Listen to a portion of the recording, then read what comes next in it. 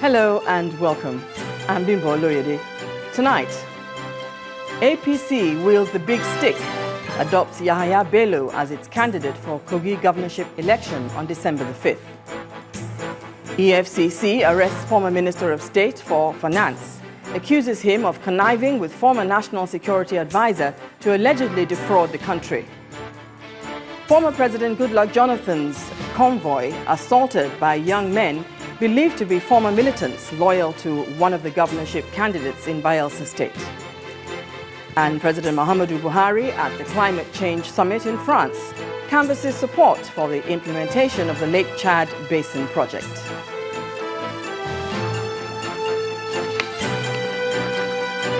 On business news, Senate Committee on Appropriations seeks 108 billion naira increase in 2015 supplementary budget.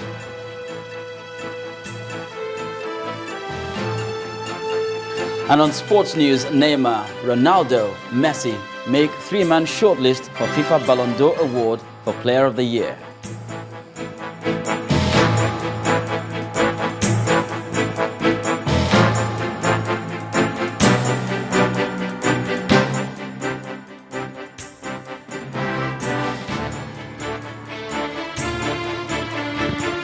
That's the situation at the All Progressive Congress APC Secretariat in Abuja before the party leadership chose Mr. Yahaya Bello to replace the late Abubakar Audu in Saturday's supplementary election in Kogi State.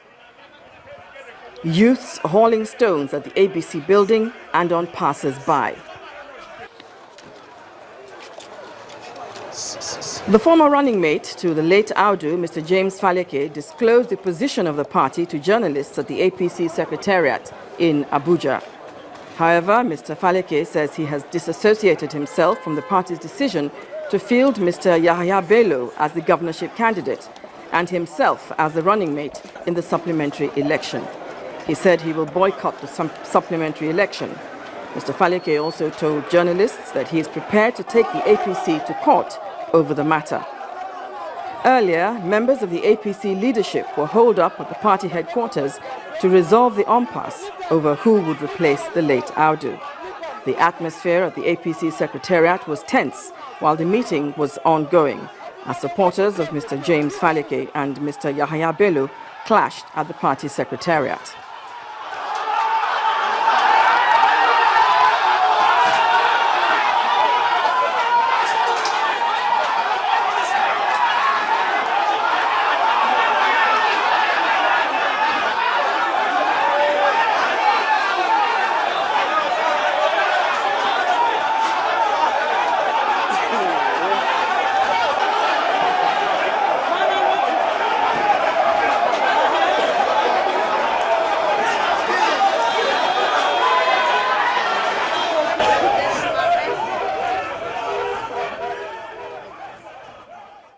Well, that was the major clash between supporters of Mr. Yahaya Bello and representatives of James Faleke at the All Progressives Congress Secretariat in Abuja.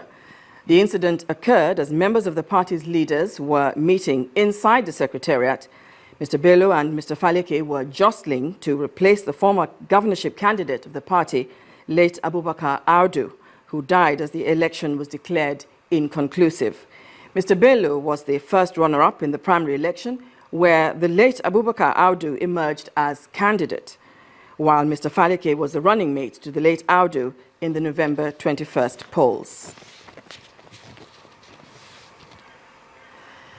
The former Minister of State for Finance under former President Goodluck Jonathan, Ambassador Bashir Yuguda, has been arrested by operatives of the Economic and Financial Crimes Commission. He was picked up in Abuja at about 4 p.m. today. According to our source in the EFCC, he is still currently being questioned by a team of EFCC operatives.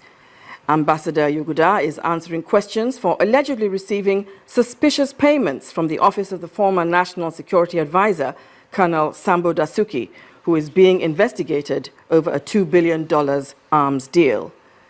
Some of the monies allegedly traced to Ambassador Bashir include 1.2 billion naira paid to him by the office of the NSA through a company and for unclear reasons. The ex-minister also allegedly received 775 million naira from the Office of the Accountant General of the Federation for unclear reasons. He's also alleged to have received another 1.275 billion naira from a conglomerate, Stallion Group, during the last presidential election campaign. All these funds were allegedly transferred to him between December 2014 and May 2015.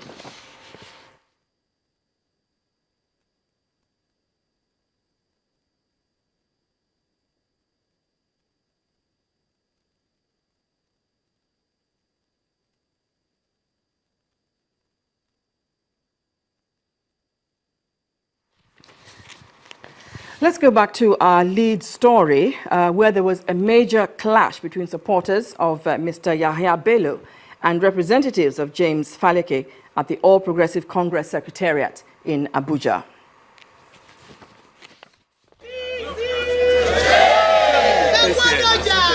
It's November the 30th, 2015, and gathered here at the party secretariat in Lokoja are supporters of James Faleke and son of the party's governorship candidate, Mohammed Audu.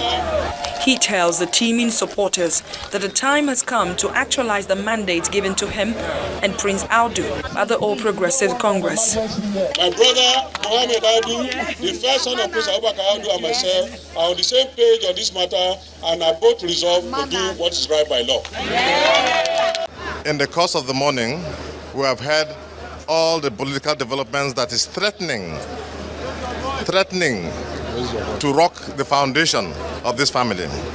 And that is why we came out of the morning to come and make a very firm statement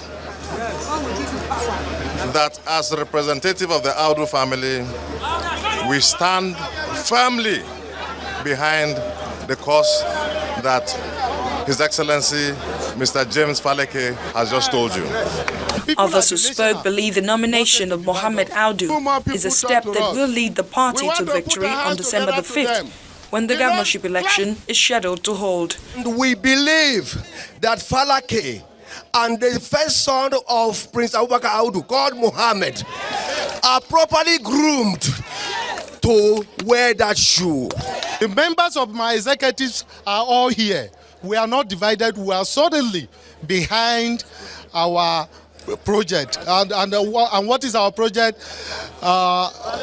Faleke.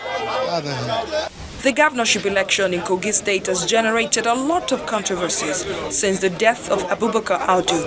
At the moment, 3 separate groups have emerged in APC. While some are supporting Faleke, others are backing the son of Prince Audu, Abubakar. And the third group say they want Yahaya Bello, who went through the process of the APC governorship primaries during the party's last exercise.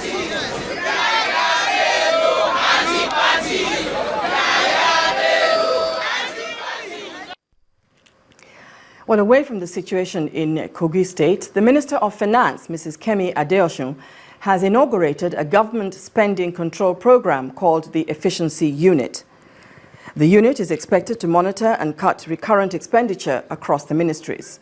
A director at the Debt Management Office, Mrs. Patricia Oniha, is team leader of the unit, which will, among other things, assist the government to identify and reduce wasteful spending.